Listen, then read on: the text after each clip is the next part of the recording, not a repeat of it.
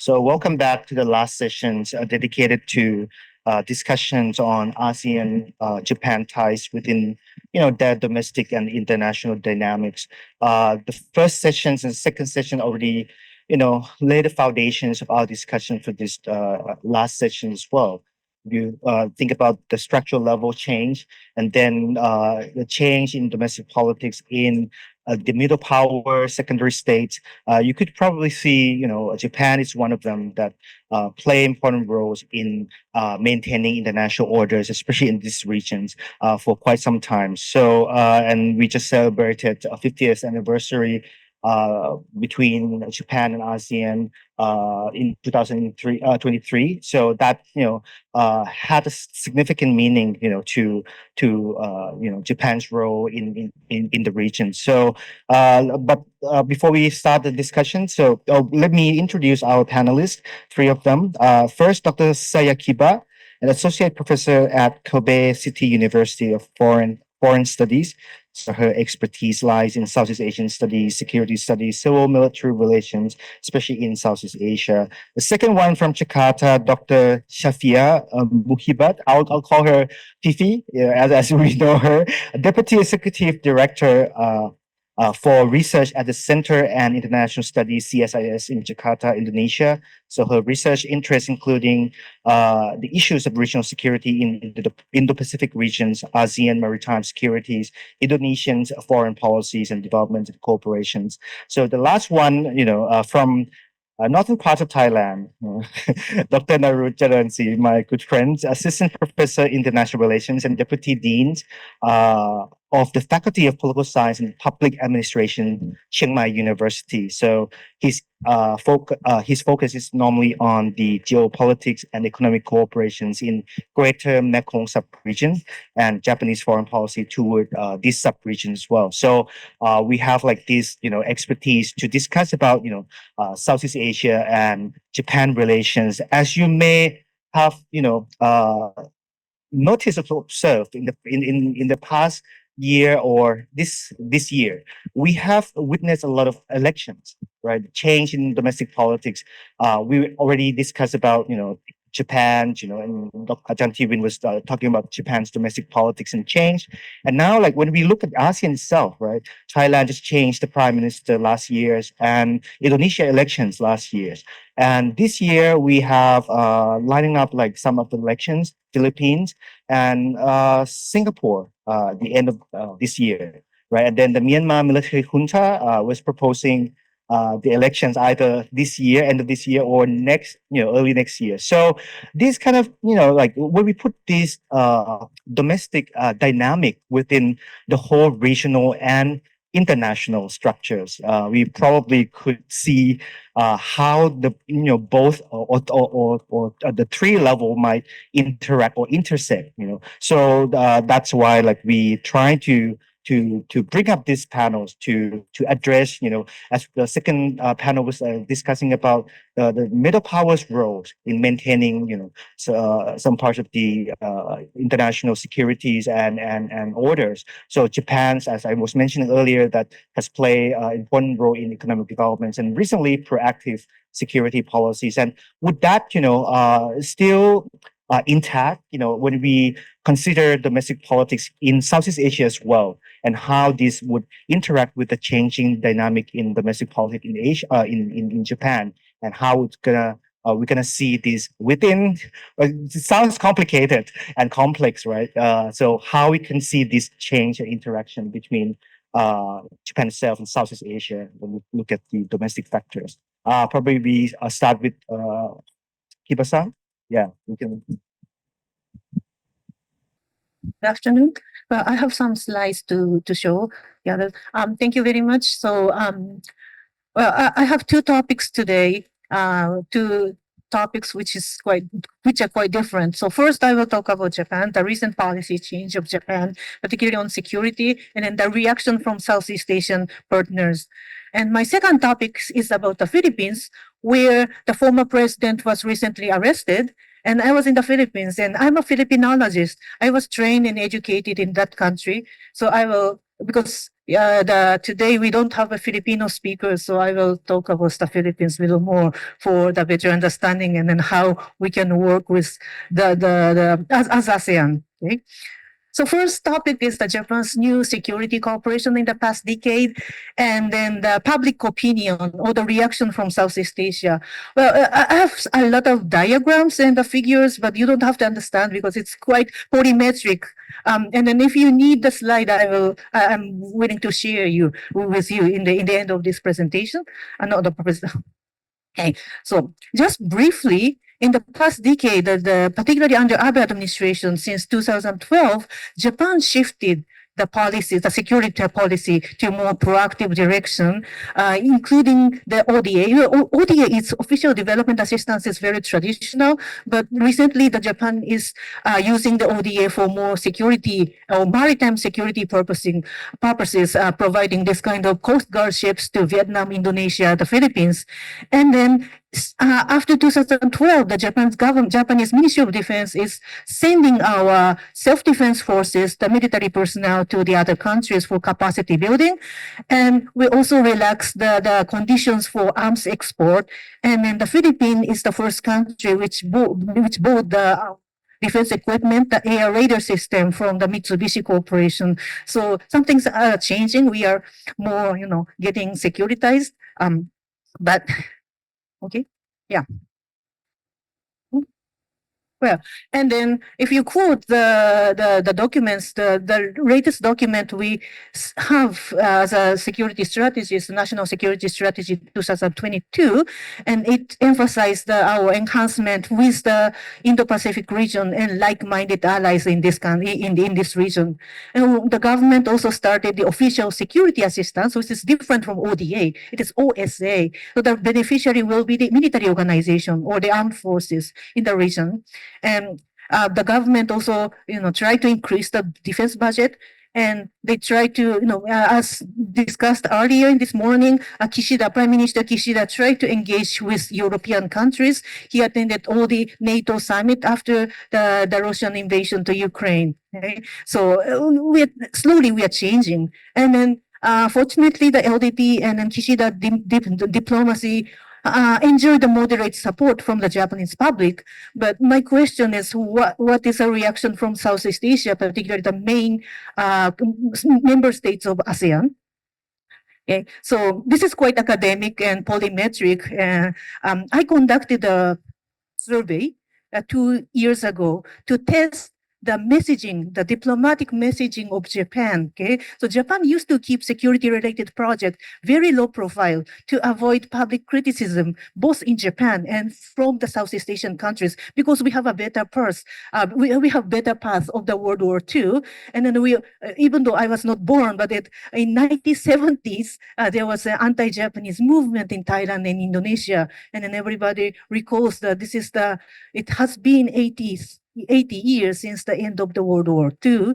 Okay, so that's why we had to be very careful that our government try to treat the security-related issues or military defense kind of issues very, very carefully. So this study tests the public support in some selected ASEAN countries. Okay, so we picked up Indonesia, Thailand, and the Philippines, and we tried to pick up the 2,500 respondents from each country, and all surveys, all questionnaires are conducted online. And then the dependent variable, what I wanted to test the most is the support to the JSDF, Japan Self-Defense Forces activities in this region, because it's quite new. Okay, so what do you think about our personnel our service members coming to this region and then conduct some capacity building, disaster relief, etc.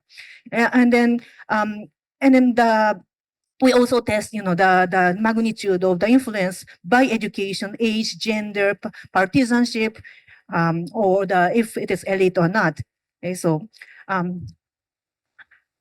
everybody all the respondents read the same sentence.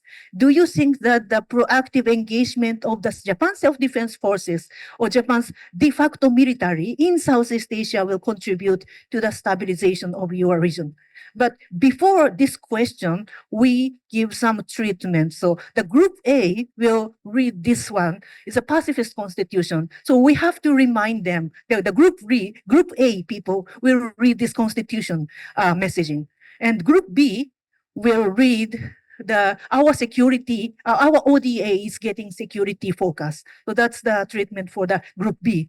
Group C will read our national security strategy. Okay, so different group, different messaging.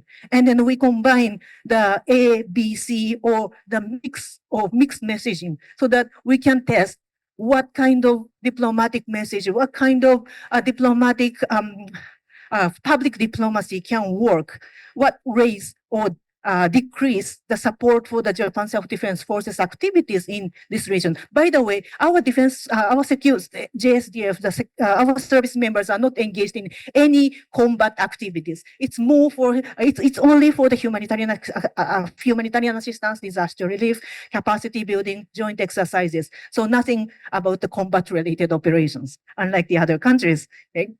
So this is a summary. I'm so sorry. This is quite polymetric. So the best mix were the messaging of Constitution plus ODA, or Constitution plus NSS. So at least we should still keep messaging that we are the pacifist country, because that's the main finding. And then by country, the lowest support of the JSDF activities was Indonesia. And then, so we need public diplomacy depending on the countries. ASEAN is not the same. So we need by country kind of messaging or strategy. Strategic messaging. And by country, highest support for pacifist constitution group is found in Indonesia. However, we also observed the pacifist constitution message weakened the support in the Philippines. So, but the Philippines and Indonesia, they are both victims of the Japanese invasion during the war. So it is just a survey. We cannot explain the reason why. But anyway, that's the limitation of that kind of polymetrics. By elites, we have significant difference between the elite and mass. Okay, so elite or studying abroad, a college graduate, they generally showed a very high support to the Japan Self-Defense Forces activities abroad. Studied abroad, and then it's already the selling effect. So we don't have to really focus those kind of elites because they are already very supportive. We have to focus on the mass or the general public. And then domestic politics. Okay, so we tested the before that. Okay, so the best mix is like this. Studied abroad, college graduate, they show the significant support to our self-defense forces. Okay, what about the domestic politics? Okay, so we tested partisanship, but partisanship is a very Western concept. Because in Southeast Asia, we don't have the solid party. Everybody switch the parties. Everybody create the new parties every election. So we don't have the partisanship. So my question was, in the latest election, did you vote for the incumbent leader or the party or not? So that at least we can test if they are pro-administration or anti-administration. Then no sense. Okay, so there was no significant change. It means that the domestic politics doesn't really matter for the messaging from Japan in terms of our security cooperation. Okay, up. Okay, so no significant difference by partisanship.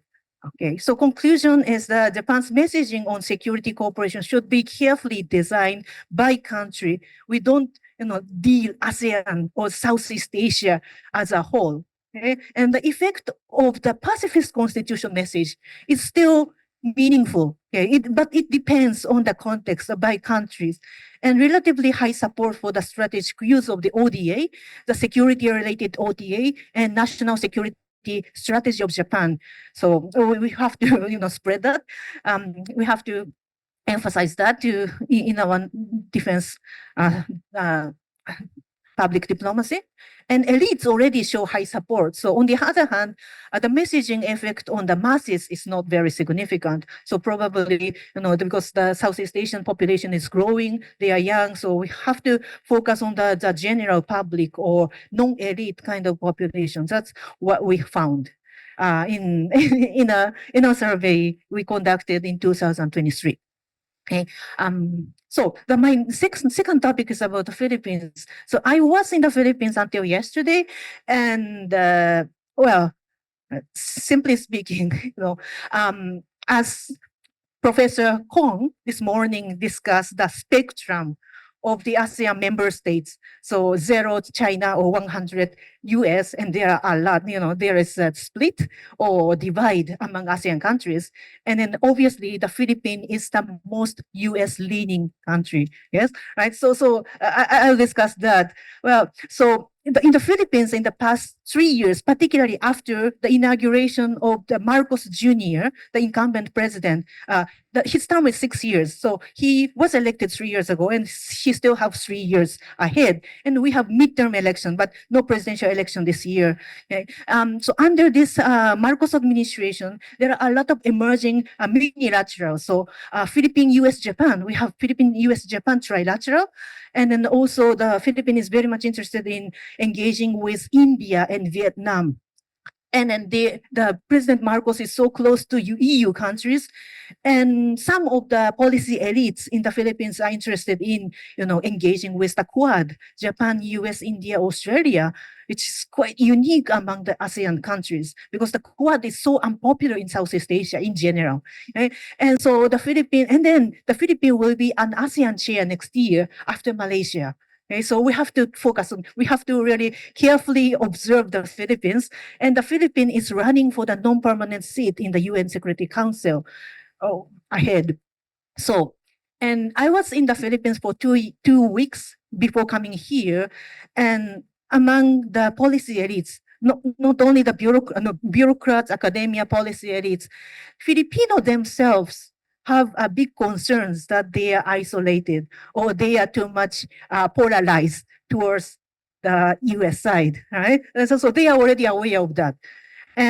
So let me explain what makes that. It is not the characteristic of the Bongbong Marcos or the Marcos Jr. Because if you remember his father, Marcos Sr., he has a very bad record on human rights. And then he was criticized by the US and Western countries for decades. So this president, Marcos Jr., should re-engage with the Western democracies. That's that's how he can survive. So he's not really US leaning. It's more for the US democracies. And then that is his survival. Okay, so I just would like to quote his speech during this New Year's, he hold a New Year reception for the diplomatic corps in Manila, including Papel Nuncio from Vatican. And then here's his speech. So he said, last year, the Philippines opened 4 embassies in Europe and in Latin America. And this year, the Philippines will open more posts in North America, in Asia, and Pacific. So the Philippines is really focusing on the Pacific Islands as well. And with a long history and credible record of multilateral democracy, the Philippines is a very strong position to take more leadership roles for the global agenda. And he also emphasized that the Philippine contribution to the UN peacekeeping operation. It is obviously his campaign for the UN seats, right? So this is in his mind. So that is why he's not really the US leaning. Of course, the Philippines is a US ally, but more the Philippine agenda includes the globalization or the westernization or internationalization of their policies. So we have to understand that how the Philippine it feels. No? The Philippine elites are worrying about the so-called isolation policies. So then. So that brings some future collaborative research or the future area for ASEAN-Japan cooperation, because we should be inclusive. That's the lessons learned when we are aware that free and open Indo-Pacific or FOIP was not popular in this region.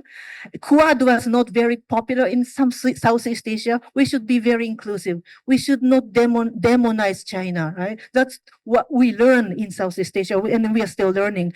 So the first thing I would like to raise is the public goods delivery. So the Quad or any minilaterals or multilateralism in this region should not include, should not exclude somebody else, or should not demonize. Not it also minilaterals should not be a block making. We should do something good for the external partners. And in that sense, the humanitarian assistance and disaster relief for the other external partners or the UNPKO can be an arena for discussion. The Philippines recently sent their very first international disaster relief mission to Turkey in February 2023. And I believe that Indonesia, Thailand, has much more experience for that that kind of that kind of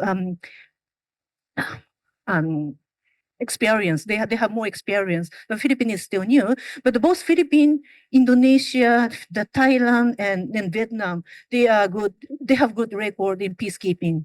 In South Sudan, in Timor-Leste, so probably that's the area that they can do something for the external partners. And the other area is a South-South cooperation. Philippines is now try to be a donor for their Pacific Islands because they are very close to the Pacific Islands. And then we acknowledge that Indonesia is already a donor, extending a lot of capacity building for Timor-Leste and Palestine, right?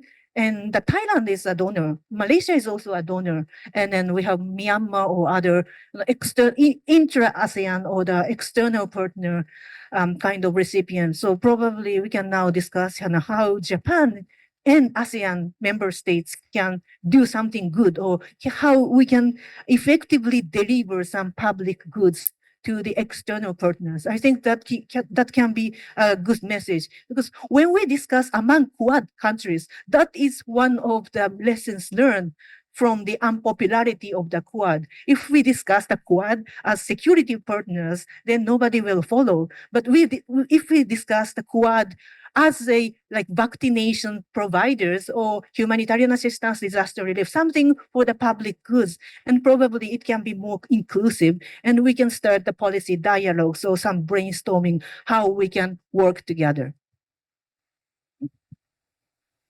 Thank you, Kiba-san. So we can see, the more proactive, both from the Philippines and Japan, and that probably complement each other in terms of playing roles in the regions. So as the biggest country in Southeast Asia, Fifi, Indonesia. So what happened after Prabowo assumed office?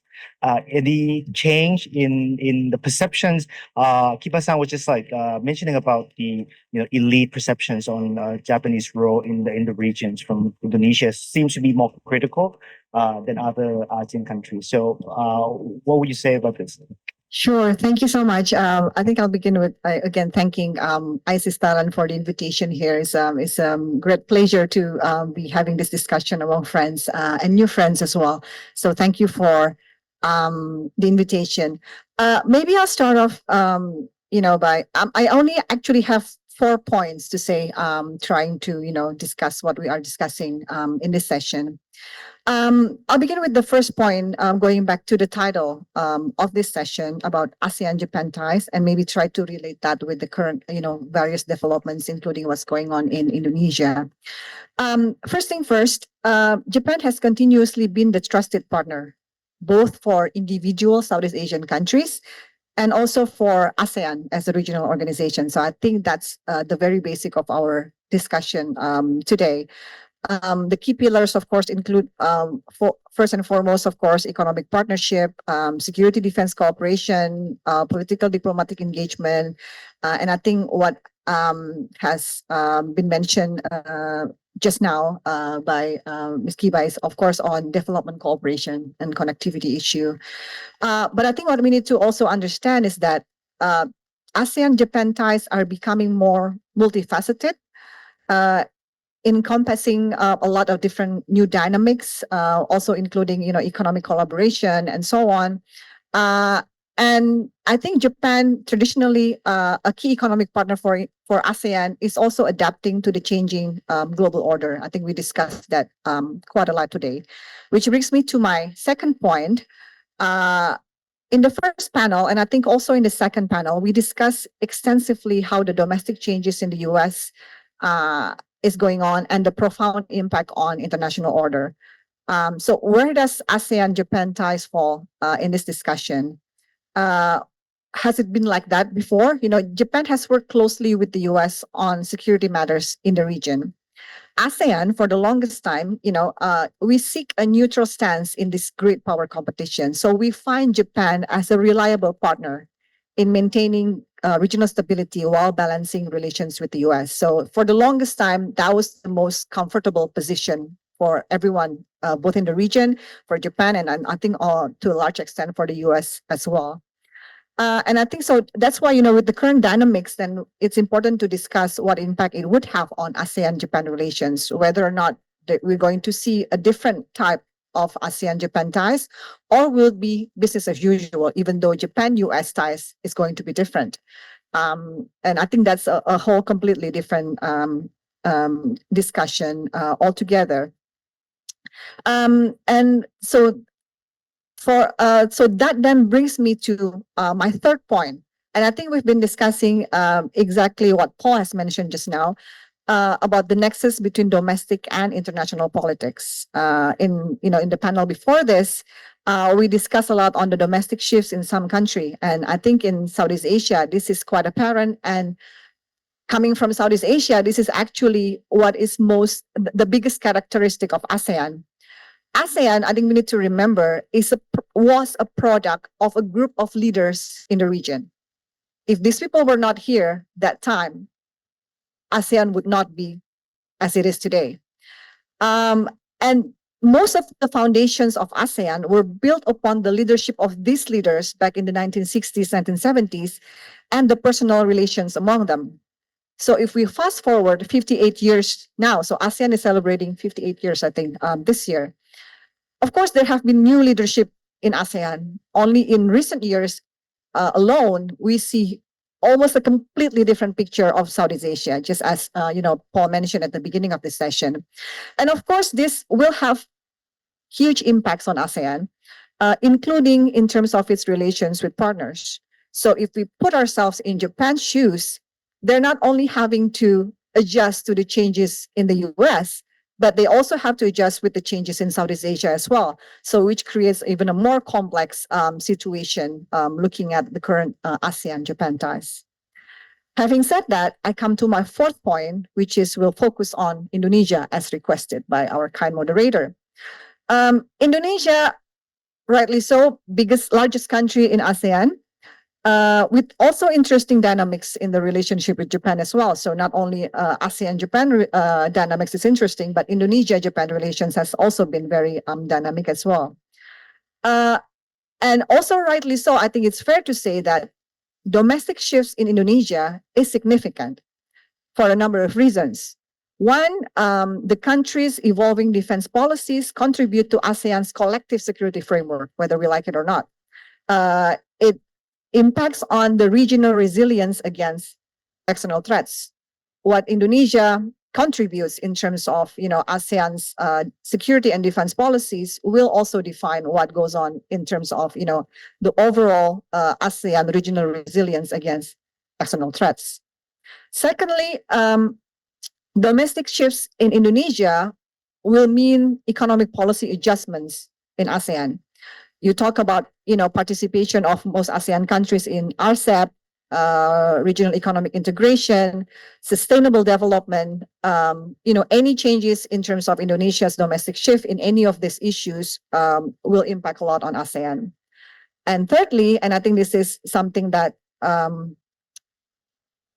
people in ASEAN likes to discuss a lot is about Indonesia's leadership within ASEAN. Um, it seems to be the norm. It seems to be the demand in the region, even though a lot of voices coming from within Indonesia has been saying that maybe we're not cut to lead ASEAN. But so far, it's been vital for maintaining regional cohesion and addressing shared challenges, such as, maritime security and economic inequality. Before I talk about Indonesia's shift in foreign policy, if there's any, with the new government, I'd like to shortly mention that Prime Minister Ishiba's just visited Jakarta in January, just 2 months, 2 months ago. Among the discussion, among the results of this visit are two things. First is defense, and second is infrastructure projects. In the first one, defense, what's interesting is that before the Prime Minister actually came, the defense ministers of both countries had a meeting to prelude the leaders' meeting, which shows how important it is.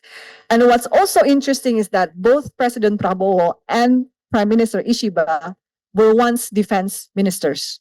So this shows this interesting sort of like focus for both leaders, that defense is really an important matter for both countries. Among those discussed in the defense ministers meeting are, of course, they talk about regional and geopolitical tensions, even though they were not naming names in the meeting. They talked about personal exchanges, maritime security, and also different types of cooperation. In terms of infrastructure projects, again, as rightly mentioned by the previous speaker, that Japan has been, for the longest time, a trusted partner in terms of development assistance for Indonesia, including in infrastructure projects. It was also announced a set of projects in Indonesia during the visit, worth a total of 129 billion Japanese yen, or more or less 800 million US dollars during this visit. So this shows that there are interests from both Japan and Indonesia to actually work together in the midst of this, uncertainty with the current geopolitical competition going on in the region. And with that, I come to the point about the Indonesia shift in foreign policy, if there's any. So what's been interesting is that it seems that Indonesia has been doing a lot. If you just rely on the news, if you rely on what comes out of the news. Shortly after his inauguration, the president's first visit is to Beijing and then followed to Washington, D.C.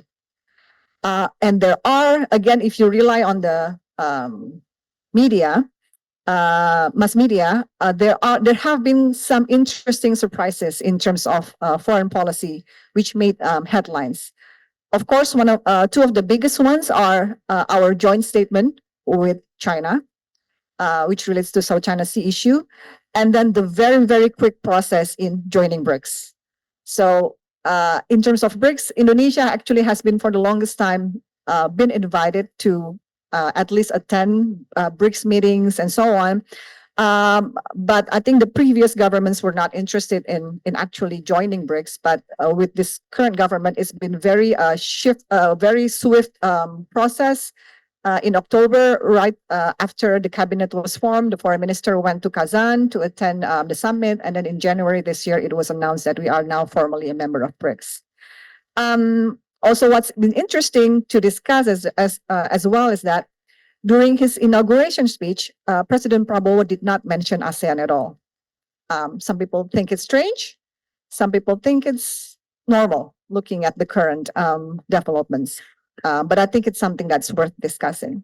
So how do we understand all this, all these new developments coming out of Jakarta? How do we understand this? I think as a scholar, trying to read into the past, how long has it been? 4.5 months, I think, since 20th of October. It's very difficult to find a pattern because you see things happening here on these issues, on that issues, on very different issues. It's really difficult to find a pattern. However, if you trace to before October, so if you look into some of the rhetorics that the president's been saying since the campaigning era, or even to some extent during his time as defense minister, we can actually see that his rhetorics has been, he's been saying about having 1,000 friends. So what he's been doing is that he's been trying to engage all countries and all different types of international institutions. He's been engaging both the US and China. And I think we need to underline that. The president has been making more or less equal effort to engage both US and China, but he's been getting different responses. So from Beijing, he's been getting red carpet responses, being invited to come to Beijing, being entertained with all of these different collaborations, cooperations, and so on. While from the US, even though he visited Washington, D.C., that was towards the end of Biden's administration. So he was visiting actually a lame duck president. He's been trying to get into a meeting with Donald Trump with no success.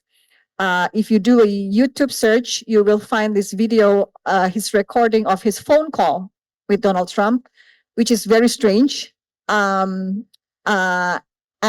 it shows how much he wants to engage Donald Trump, but not getting the response that he wanted. So, and I think this really shows that even though you can try to read from the results of some of his efforts in terms of foreign policy, but you also need to read into some of the effort that he made into getting some of the results, which in some cases has not been what he was expecting. Now, with this, these surprises, these very frequent foreign visits that he's been doing, it does give the impression that Indonesia is now more active in foreign policy issues. It's a very easy assumption to make, especially if you compare to our previous president, President Joko Widodo, who was seen as not a foreign policy person. That's usually the label given to him. However, if you look closer, all these active foreign activities in foreign policy has not been followed up by serious investment in terms of resources. Simple to say, there's no money in it. A lot of rhetorics, a lot of visits, a lot of gestures, a lot of meetings, a lot of joint statements, but we don't have the resources to back it up. Financially, the current government is not too much different from the previous government, is very much invested in domestic affairs, especially some of the populist welfare-oriented policies, such as the nutritious meals for the school children. So it's even though it's easy to label the current government as foreign policy active, but it's actually not if you look in deeper, because there's no resources put into it. So I think we can only say that a government is foreign policy active if some of these activities is actually followed up by serious investments, and that is actually not what is going on at the moment. So, and I think before I stop, then the big question is, where are we going? Where does it go? Is ASEAN really not that important anymore to Indonesia? That is also not a fair assumption, I would say. What Indonesia is currently doing is exactly what the president wants to do. He wants to be friends with everyone. He wants to join as many regional institutions as he can. Although we have to say that we have to underline that the result that he's been getting is really dependent on the responses he's been getting from all of these different actors and counterparts that he's been trying to engage.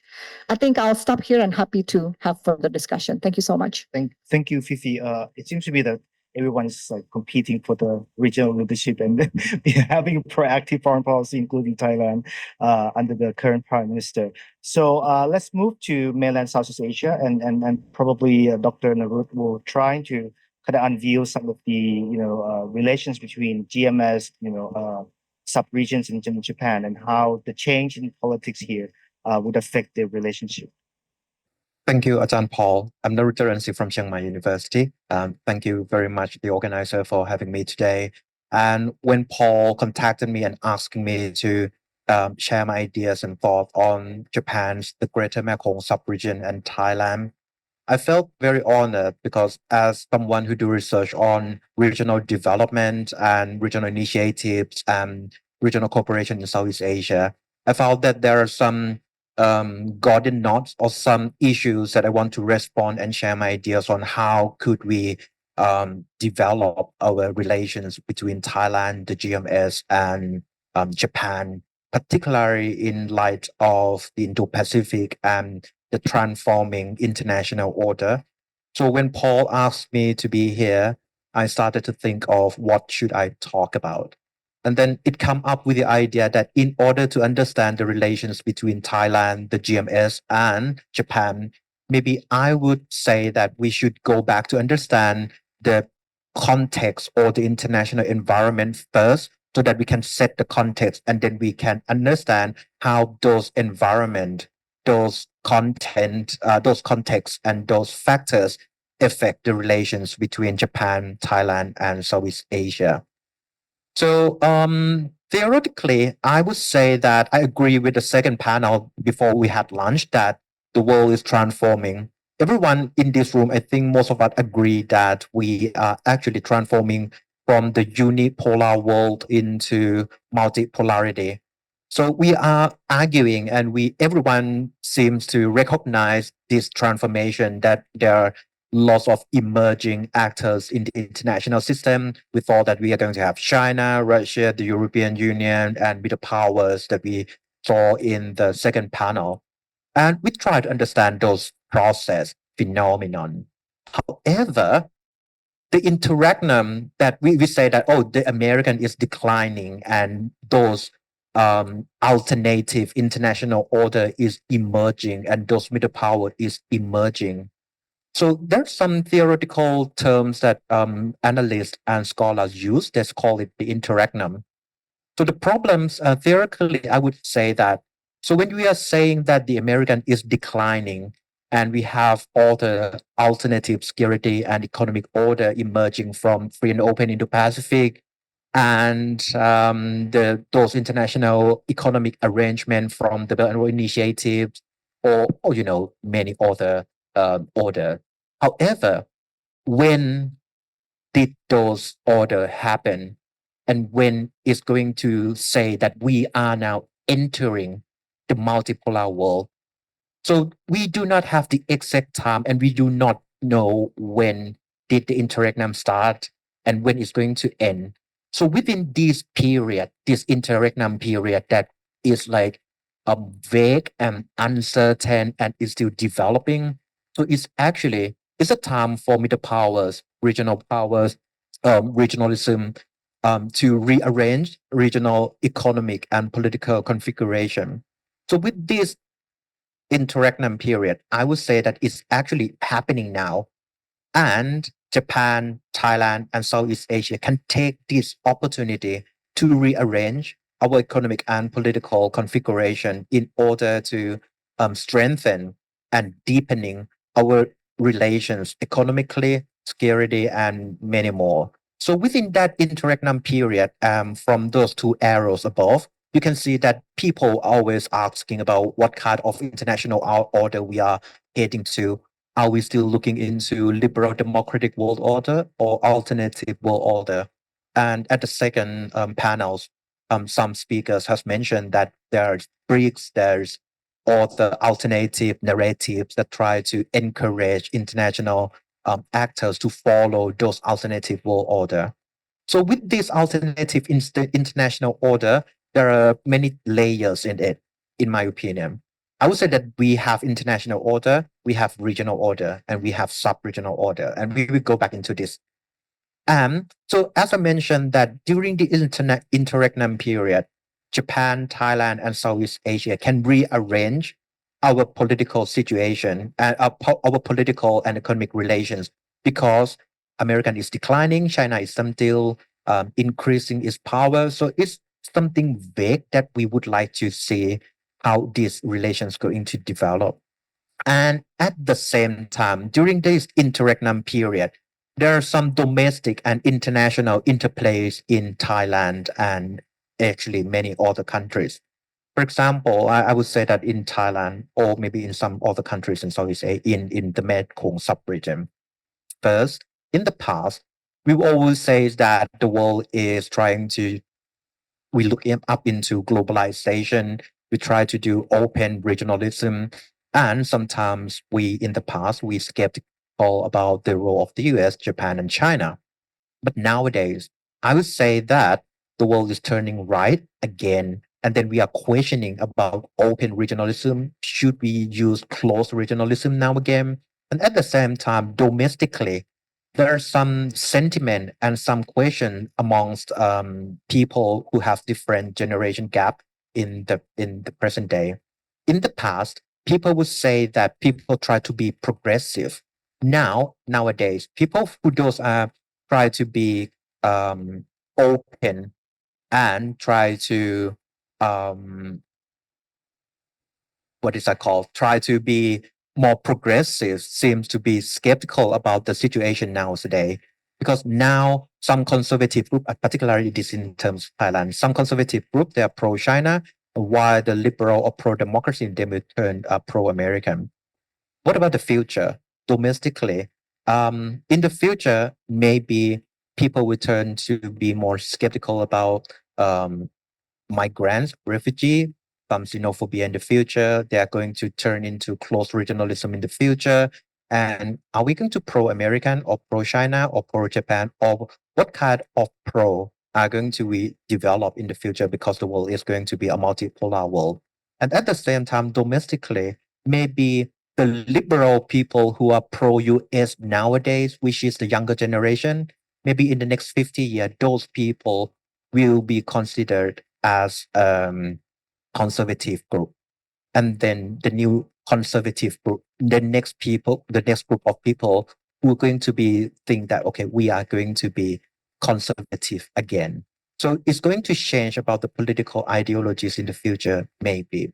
So with this situation in Thailand and in some countries in Southeast Asia, the interaction happened. During this interaction, it caused some domestic transformation. So with this one, maybe if people change their political opinion or change their political ideology, it might be the opportunity for Thailand and many countries in Southeast Asia to interact and to create political relations with Japan and other countries. So in order to understand how Thailand, the Greater Mekong sub-region, and Japan develop our relations into the future, I would say that there are 5 factors that we should consider. First, the US-China relations. I think one of the most important critical issues for Thailand to develop, or not just only for Thailand, but Southeast Asia and the Greater Mekong region as a whole, is the narrative. We always stuck in quagmire on how to understand what kind of foreign policy should we develop. Should we go and pro-China? Should we go and pro the US? So it seems that this kind of narrative seems to constrain us or keep us that we could not develop alternative narrative to understand what kind of this kind of narrative or this kind of phenomenon could we escape from. Maybe there are other alternative political narrative, political sentiment that we can develop. That's the first narrative that we have to step over. The second narrative that we always have to fight again with is the narrative on China and Japan competition in Southeast Asia, particularly in the Greater Mekong sub-region. So we are stuck that, okay, we have to choose either maybe Japan or maybe with China. So you can see that people in Thailand, we always say that we have to choose maybe high-speed railway from China or maybe high-speed railway from Japan. So these two sets of narrative, the geopolitical competition between the US and China and Japan and China in Southeast Asia, these two narrative constrained and it's actually bar us from go beyond the political ideology or political imagination. How could we develop political mechanisms and tools? And at the same time, some scholars in the world even argue that in order to step beyond the binary narrative like this, it would actually help you to win heart and mind so that people in Thailand and in Southeast Asia could understand and have alternative narrative to know what to develop the relations with other countries. So that's the first thing that I think we should to win heart and mind by changing the narratives. The second thing is the regional initiative. When we say that the Greater Mekong sub-region, and then we who study Japan's ASEAN relations would know that apart from maritime Southeast Asia, mainland Southeast Asia or the Greater Mekong sub-region is one of the biggest recipient of Japan's ODA. Japan's automobile industry has been in our sub-region for ages and with a significant amount of money. But however, this sub-region on mainland Southeast Asia, there are many regional initiatives that overlap, and then it's like a knot that we have to open and then try to understand how could we utilize or exercise our power over this regional initiative. We have the U.S. Lower Mekong Partnership, which now called U.S. Mekong U.S. Partnership, and then we have Mekong Japan Corporation, Lanchang Mekong Corporation, Mekong Australia Corporation, Mekong ROK Corporation. This kind of regional initiative has their own strength, their weakness, their area of cooperation. However, we do not have any established institutionalized sub-regional initiative apart from ACMEX. And at the same time, everyone knows that ACMEC hasn't developed the level of institutionalization that much. So regional initiative hasn't responded to the identity or the unity in terms of political unity, economic unity, and it cannot establish the political entity, or it cannot represent regional interests of the sub-region that much. So in this sense, Thailand and the Greater Mekong sub-region, we hasn't developed our regional representative so that we could represent what is the regional interest of a region. So in that case, it means that maybe in the future, during this interaction, Japan could step in and help us or deal with how could we develop institutionalization and deal with all those area of cooperation. And at the same time, Southeast Asia should develop, mainland Southeast Asia should develop our own interests, our regional governance body, so that we can have interaction with Japan. And then we know that what kind of regional interest and national interest do we want, and then we negotiate with Japan. Another factor that would shape Thailand, GMS, and Japan's relations is the US politics. In the first session, we have seen that we discuss on the political and domestic politics, how it transformed in the US. I personally, although I studied the GMS for many years, I felt that although many people would say that the American has a very prominent role in this sub-region, I would say like it's comparatively lower than China and Japan. One of the reasons is theoretically, textbook always argue that one of the reasons why American has a comparative lower prominent role in this sub-region because of the American left this sub-region since 1975 after they defeated in Vietnam War.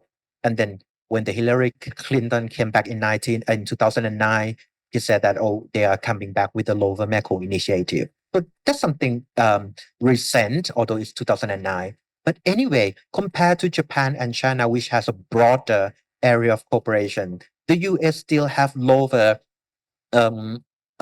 engagement with this sub-region. Although we have some security arrangement, such as cobalt gold or some non-traditional security collaboration. But compared to the US, compared to China and Japan, I would say that the US still comparatively has a less prominent role. And particularly during Donald Trump, some would even argue that Trump hasn't developed a proactive international foreign policy with this sub-region. But some people would say that because of Trump, maybe some other countries will relocate their production base from other countries to Southeast Asia so that when they export things from Southeast Asia, they will use ASEAN quota. But that's the observation from some scholars. But anyway, from the US politics, I think it's going to be one of the criticism, one of the catalysts that we have to see that it might affect the relations between Japan, China, Japan, the US, and Southeast Asia. Particularly when Japan, when the US invited and talked to Ichiba a few weeks back, we would say that that kind of engagement when Trump has with Ichiba, maybe it also strengthening the relations between the two countries, and it might has some effect on the relocation of Japanese production base and some other countries to Southeast Asia. Other factors is Japan's politics. I would say that this one is quite normal. I mean, it's quite has no significant change in this dynamic. Although Japan has changed its political leader from the prime minister, and they might develop some um, area of cooperation with Thailand. But the relations of Japan, ASEAN, and Thailand has been in a constant, friendly, amicable, and peaceful relations. So although Japan changed their prime minister again and again, the relations between Japan and Thailand and Southeast Asia, mainland Southeast Asia, will still be the same. However, there are some factors that we should take into account. It will be on the table in color with those color. First is the social problems. I mentioned earlier that we see from here that there might have some generation gap between people in the society. People in Thailand during this interregnum period, there are some people who change. Maybe, people would say that people who are younger, they might pro-American, and people who are older, they might pro-China. But what kind of age do people pro-Japan? Like, should they be in the middle age or something? So those kind of middle-aged people, middle class, middle-aged, educated, maybe this kind of group will change at present, and what in the future? Are there going to have any preference change because of generation gap in the future? So with this, so in order to understand Japan and Thailand relations, maybe we have to take aging society and a generation gap into account so that we could understand how those people from different age, from different generations support Japan's role in Thailand and Southeast Asia. The second and third is environmental and cyber security. These are two areas of cooperation where Japan can work with Thailand and the Greater Mekong very much. We have ASEAN Japan Cybersecurity Capacity Building Training Center here in Bangkok, AJCCBC, and we have some collaboration on environment. So these social problems might be another area of cooperation where we should keep our eyes on how this kind of aging society, environment, and cybersecurity could affect the relations between Japan, ASEAN, and Thailand. The second issue is political ideology, the new ideas of citizen, election, political party, and international relations. So this kind of domestic dynamic in Thailand might affect the relations between Thailand and Japan. So as I mentioned earlier that we have generation gap, and those generation gap have different kind of their narrative and their ideas of what is active citizens in Thailand. So when people have different definition of active citizens, how they define their role in the society, and at the same time they identify their political values. So with those kind of political value, it associate with certain countries like democracy, value oriented, or some conservative, some those kind of idea, practices, values, and norms has something to do, and it will help you develop the relations with other countries. So in this case, the generation gap, and with this kind of citizens and generation, it has something go together. The third one is economic between domestic and global economic dynamic. Everyone knows in this room that um, economic at the national level and international level has a significant impact on how the relations between Thailand, the GMS, and Japan would develop into the future.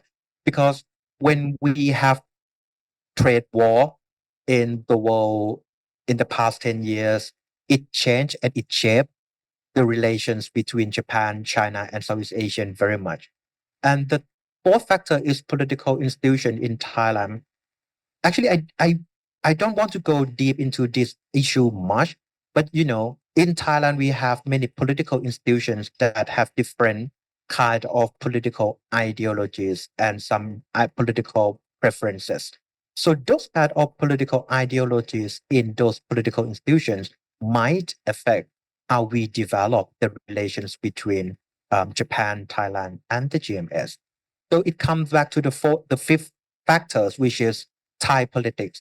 So Thai politics recently, when we go into international news on website, you will see everyone. I know that maybe most of us would recognize that Thai politics or Thai newspaper, we do not emphasize on international news that much on the internet. And one of the reasons for me is that because we see international news or international environment feel that it's quite a bit far from our daily life. So with that one, the political parties and politicians, they do not use this kind of sentiment or this kind of issues to promote their foreign policy to win election, meaning that we are not going to go outside and then say, hey, select us, choose us because we are going to develop our foreign policy. So foreign policy development has been the issues for political campaign.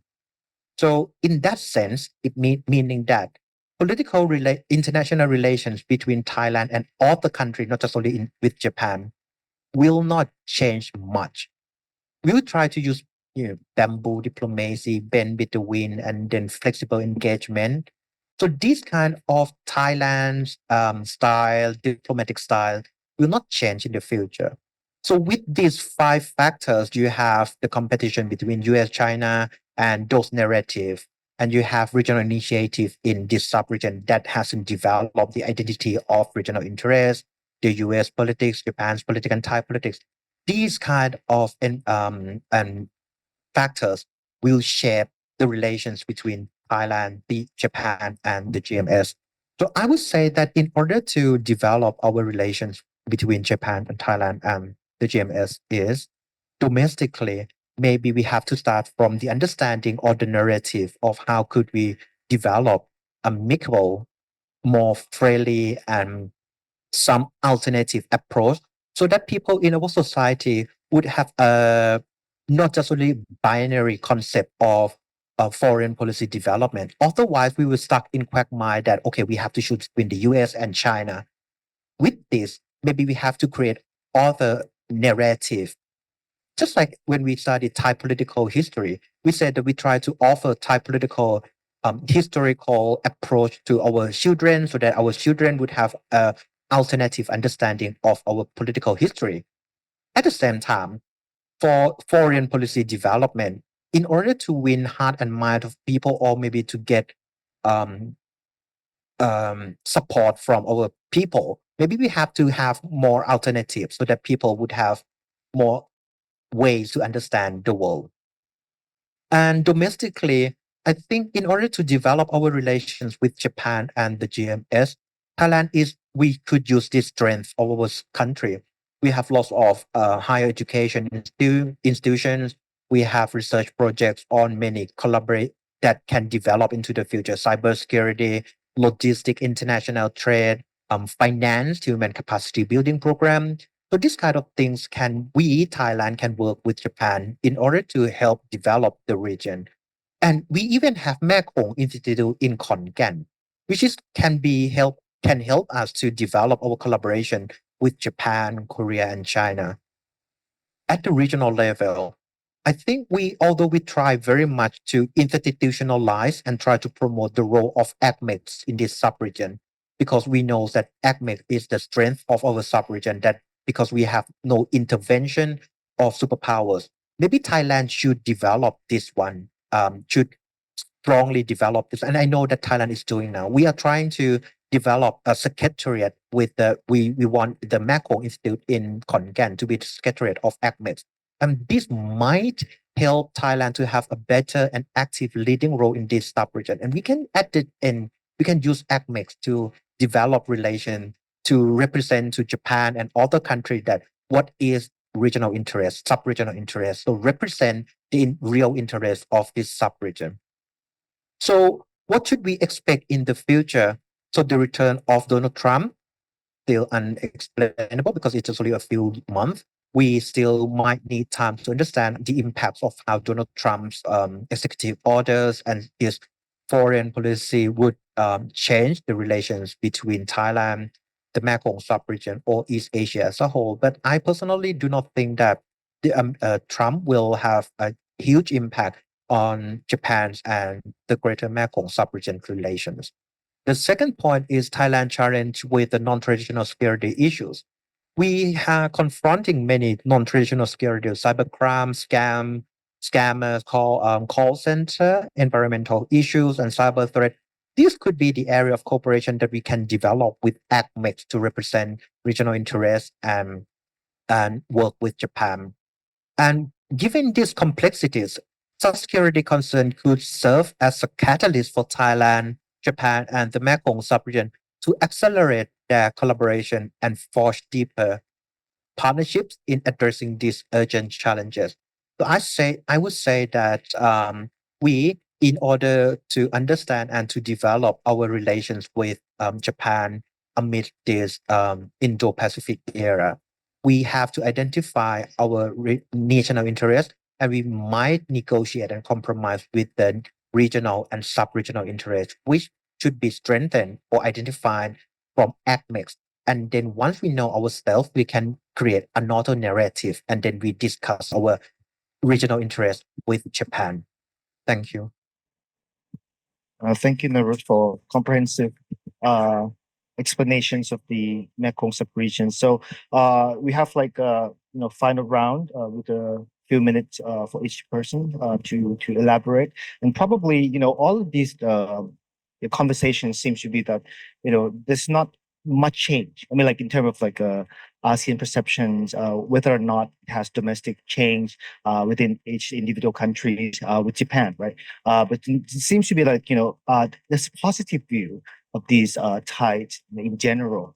Narrative seems to be quite positive in general. So do you think like you move forward in the future when Japan is changing role and ASEAN is trying to find a balanced policy vis-a-vis other great power in the region? So what's the obstacle to this public opinion on the role of Japan in increasing more proactive in security arenas? Would you be able to see this positive opinion of Japan's role in the regions continues, or it's gonna be like a challenge of this view? Anyone could. Oh, yeah, sure. Sure, maybe I'll be a little bit controversial just to invite more discussion.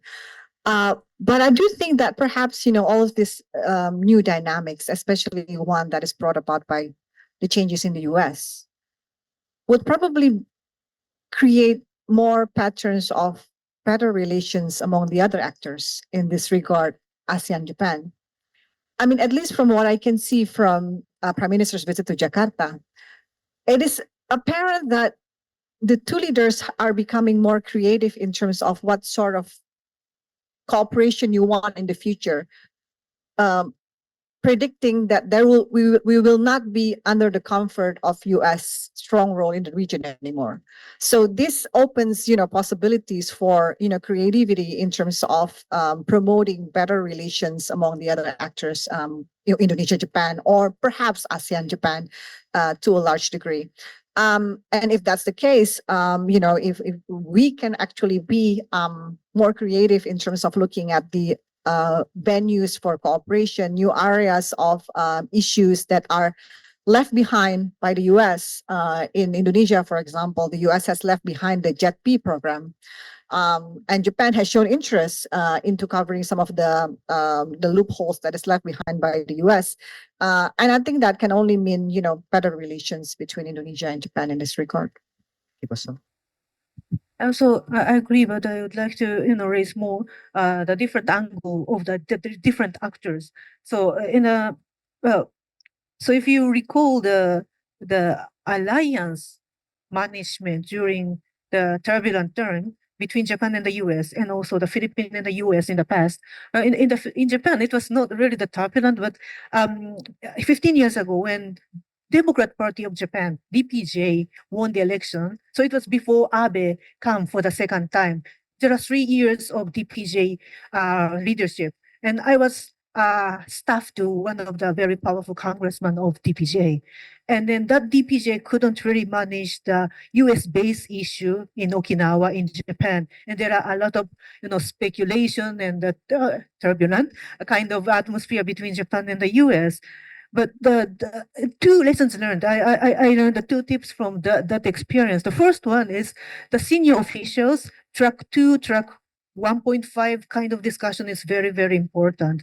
And it was the bureaucrats and the bureaucrats and the civil servants who try to manage, fix the relations, and also the opinion leaders, Japanologists in Washington, D.C., or the U.S. expert in Japan.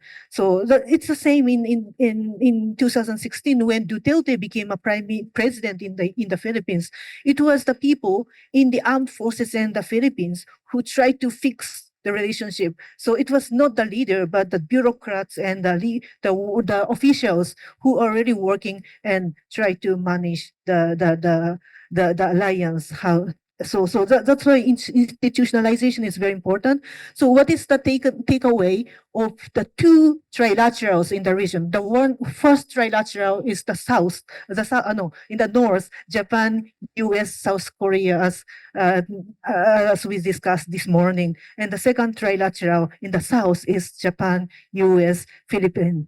Okay? So both are already institutionalized by the summit with Prime Minister, with President Biden.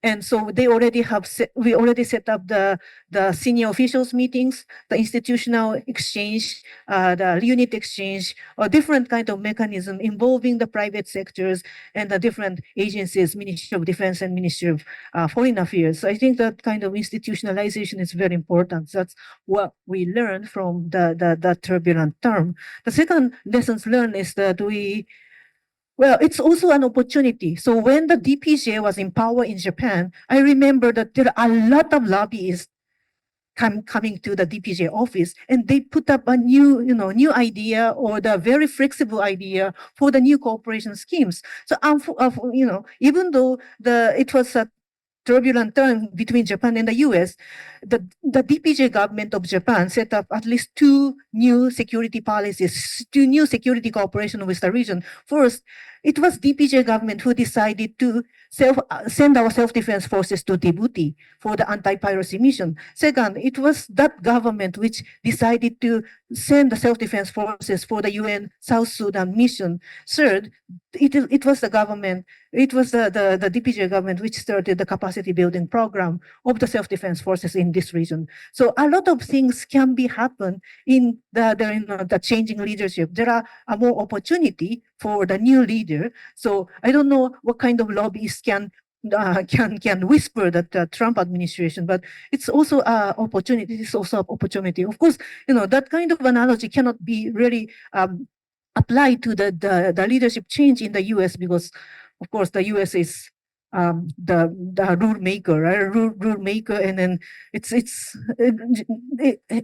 should show the role to maintain the international order. It's bigger compared to the Japan and the Philippines, but that's what we learned, and I don't know if it is positive, but it can be an opportunity. Just to make sure that I understand your question, can you go over it again? What was the question again?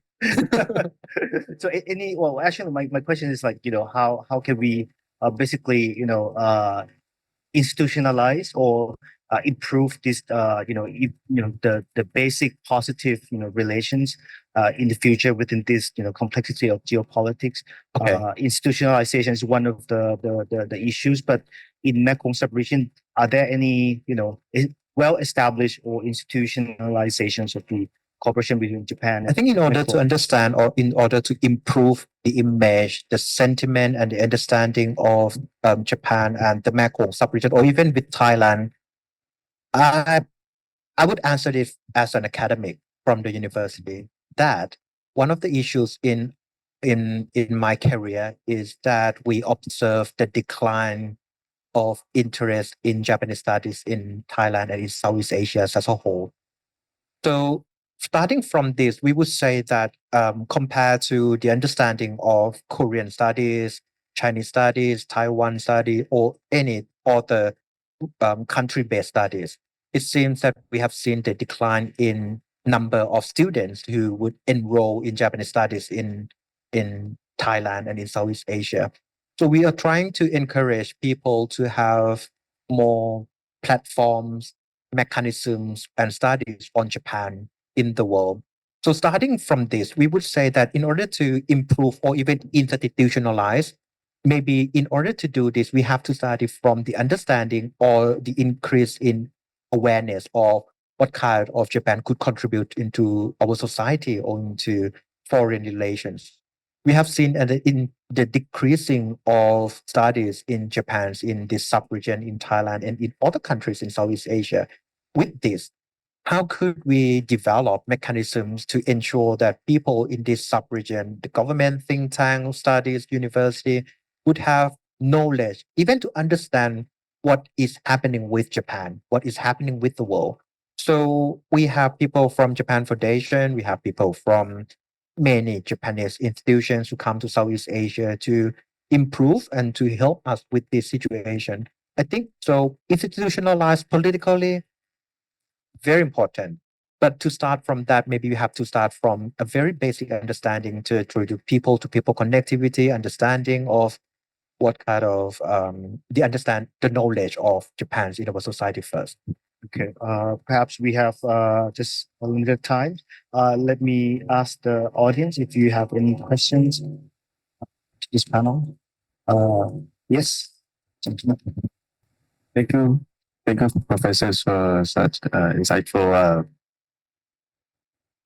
panels. I do have questions in my mind regarding Japan's and China's tie. Right? Ishiba's foreign policy. One of the Ishiba's foreign policy is warming up ties with China, right? If I remember correctly, and I wonder, will these warming up ties with China affect the relations with U.S., especially with Donald Trump's presidency, and will it affect the regional stability as a whole? No, so in the first phase, you said that the Japan is the current administration is trying to get closer to China. Is that what you said? Yeah. Okay. So if it happens, then it will be any trouble? No, no, because we as was it Professor Jimbo this morning mentioned that Abe tried to deal with China and also with Putin as a that kind of multilateralism can be possible, right? It doesn't really affect our different our other bilateral relations. Well, thank you very much for wonderful discussion. And my question goes slightly beyond the ASEAN-Japan context, but I'm very curious to know, especially from Dr. Shafia, on the issue of the BRICS and ASEAN. And Indonesia's membership on the BRICS is one symbolical effect that Southeast Asia's, I wouldn't say inclination, but the interest to engage in the global South, and also the new institution that is on the making. And probably 6 or 7 out of all 10 member states are that have an interest to be joining. Some become the partnership countries, and some are trying to apply them. And from Indonesia's perspective, how do you regard BRICS as an overall strategy of Indonesia? And if there's any kind of ideological attachment towards the multipolarization, and then that seem to be BRICS sometimes try to go like anti-West kind of notions have been, sometimes been addressed. And then there's some kind of potential scheme for collaboration to create the internal alternative dynamics in the world affairs. And from Indonesia's perspective, what is the preferences on how the BRICS will develop? And if you could mention beyond Indonesia, what is the Southeast Asia perspective on how the BRICS will evolve, and how should ASEAN member states will try to attach to those developments. Sure. Thank you so much, Professor, for the question. Okay, BRICS. I'll try first from an Indonesian point of view. I think one of the most frequently asked question is, why did we join BRICS? Where the interests lie. I think you can try to answer that from a few different angles. One is, of course, ideally speaking, you can list a bunch of positives about BRICS and why Indonesia fits into the discussion, and I think you can easily find that in different discussions.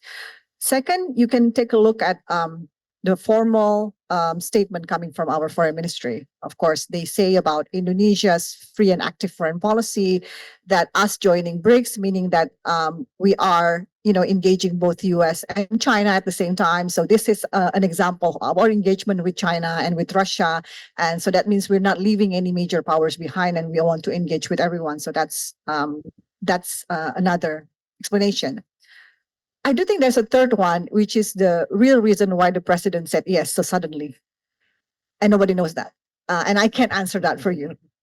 But I think we need to keep in mind that from whatever angle we try to process this, it was a very quick turnaround of decision making. Because if you recall, BRICS came about 2009. There was already a discussion that in 2010 that Indonesia would join. So making it a BRICS brick with two eyes in the middle. In the end, Indonesia did not join. South Africa ended up joining. And since then, every year there's always an invitation for Indonesia to attend as an observer. I don't think we ever came until 2023. Jokowi actually went to South Africa to observe. And after that meeting, he was very firm in saying that BRICS is good. He said a bunch of positive things about BRICS, as everybody would say, all this benefits that one can get from BRICS. But for the time being, Indonesia is still studying what's going on. Maybe in the future it'll be different, but for the time being, we're not joining. And then Prabowo came into power, and then he sent the foreign minister to attend the meeting in Kazan. After that meeting, there was a formal statement saying that we want to apply to BRICS. And in just merely 2-3 months, then we came full membership. So that was a very quick turnaround, and I don't think anyone can explain that rather than the president himself. Again, if you want to ask, Indonesia's strategy, to be honest with you, I don't think there's really a strategy here. And it's really merely the implementation of President Prabowo's intention of engaging everyone. As simple as that. So he doesn't want to be called leaning towards the US by declining BRICS all the time. So he was joining BRICS to say that we're engaging US and we're engaging China at the same time. So that's his intention. Again, for the time being, I don't think there is already a thorough study of this cost benefit analysis about joining BRICS. I don't think there's any that we haven't gone through that at all. I know there are many discussions going on in Indonesia what to do from now on. We are still also in the process of accession to OECD. So that is, joining BRICS does not stop that at all. That is going on as planned as well. So again, I wouldn't read too much into trying to find a real strategy behind this, because I personally don't think there's any. For Southeast Asia, BRICS, I think, also is a very interesting example to show that the 10 member states of ASEAN are really different countries in terms of their relationship with both the US and China. So I don't think you can have an ASEAN position on BRICS. I don't think there's any. You would find Thailand has its own inclination. The Philippines, of course, will be very different. Myanmar, Laos, Malaysia is one country that's very interested into joining BRICS. So I don't think there's an ASEAN position, and I don't think there will ever be.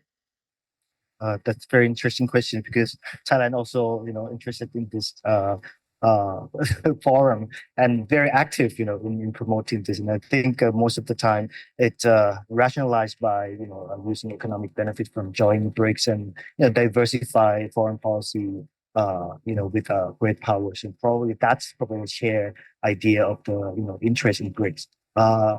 Any other questions? Thank you, speakers, for your insights. I'm Daniela, a lecturer at Mahidol University here in Bangkok, in Greater Bangkok. A question for anyone who would like to share any thought. It's not exactly stability, but connectivity, which arguably China is doing quite a lot across the region. China is connecting Southeast Asia, or at least a great part, and Thailand actually is part of it. And hopefully, eventually, at least my opinion, will be connected through a high-speed railway Chinese. And I'm wondering about the position of Japan. Of course, Japan invests quite a bit, but less vocal, perhaps, less less open about sharing the achievement as compared to China. So what do you think, how Japan would join, compete, or any thought you have about infrastructure and connectivity, China, Japan, across the region? Thank you.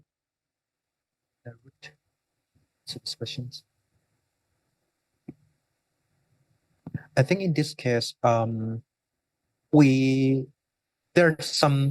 go into a historical context first.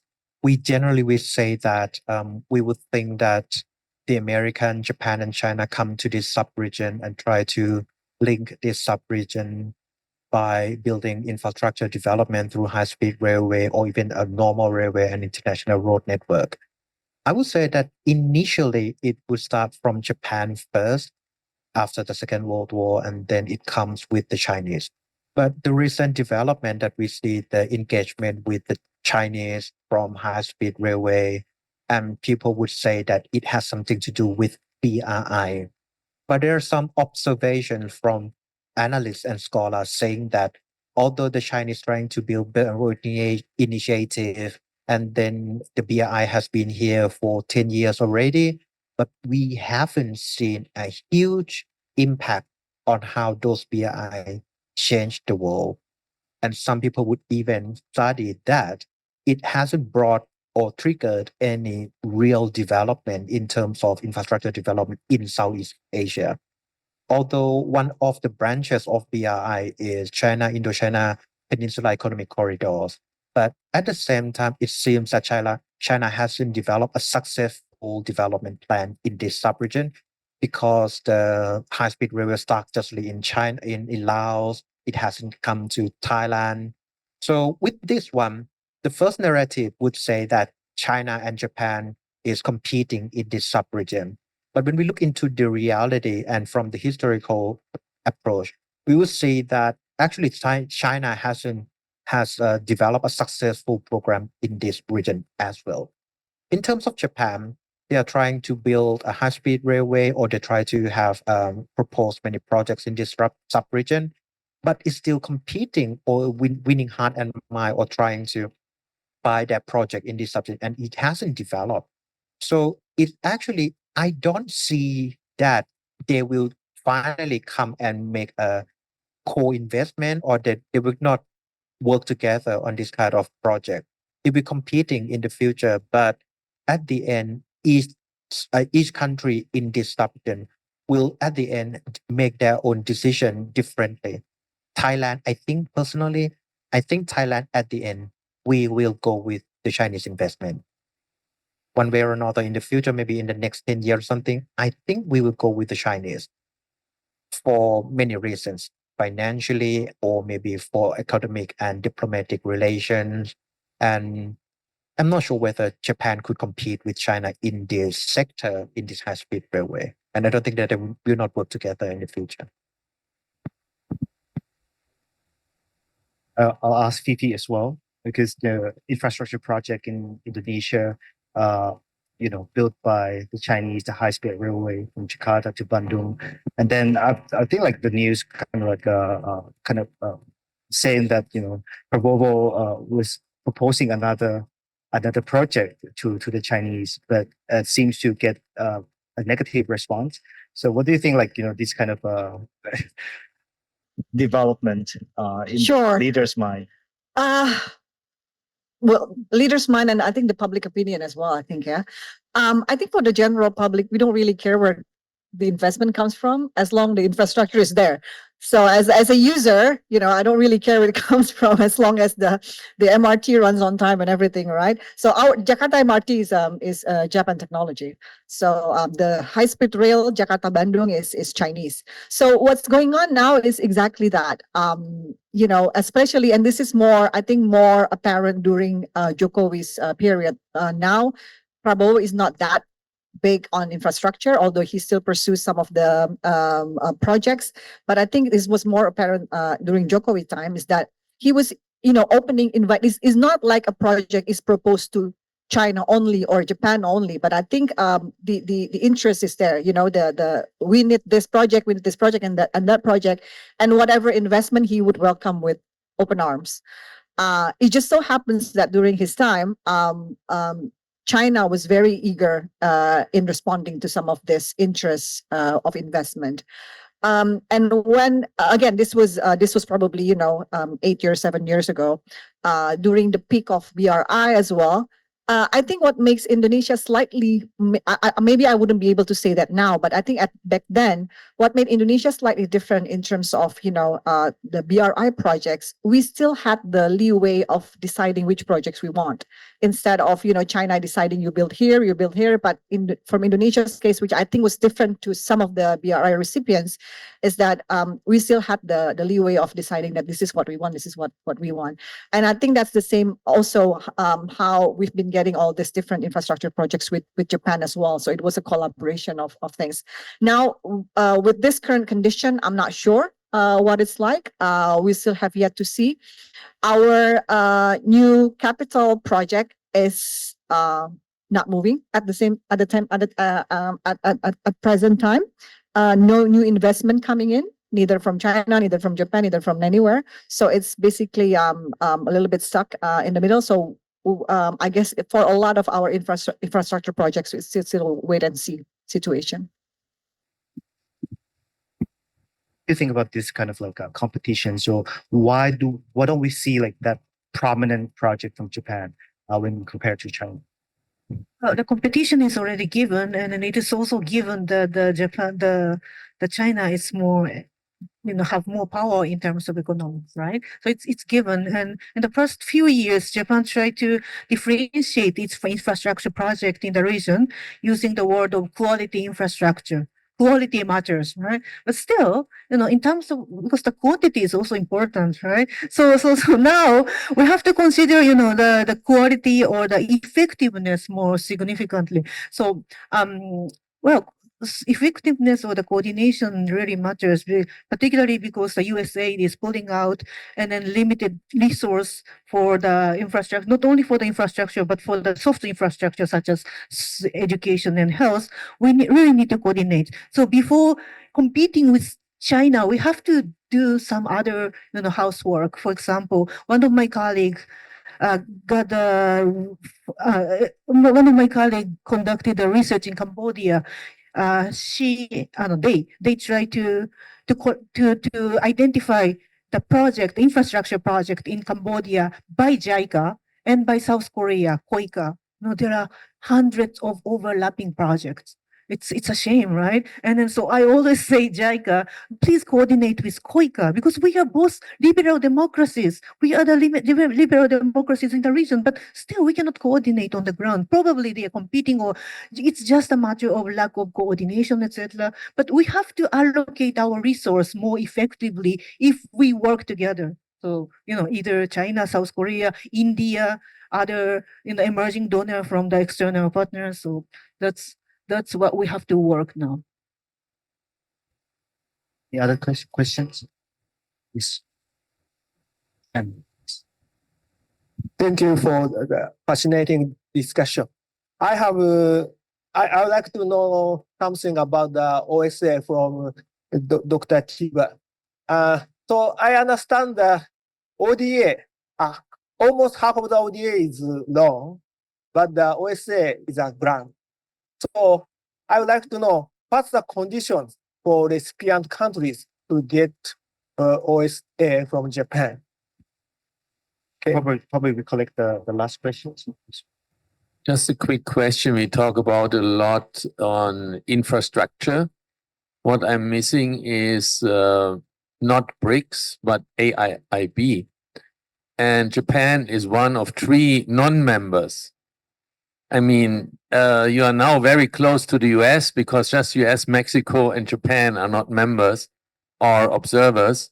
So will Japan change this position?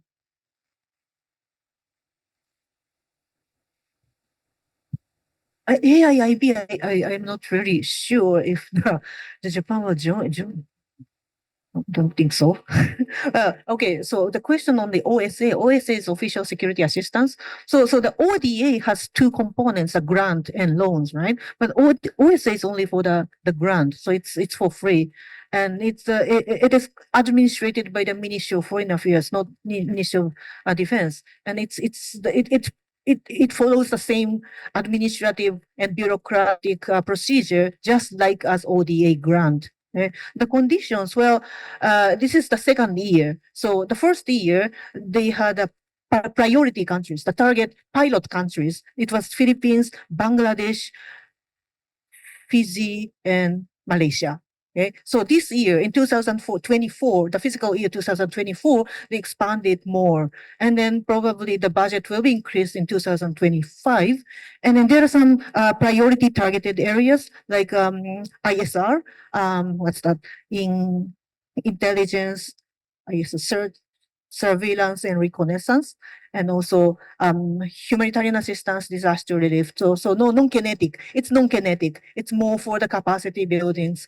And then the budget is very small. It is just, it's like a trial. They can try our defense equipment, and then if they like, probably they can buy the more expensive one from Japan. That's the hidden agenda, but it's still just a second year. This is just second year, and then we will expand the priority areas and provide priority countries and also the partners, not only in East Southeast Asia, so South Asia, and also to the Indian Ocean until the east coast of Africa.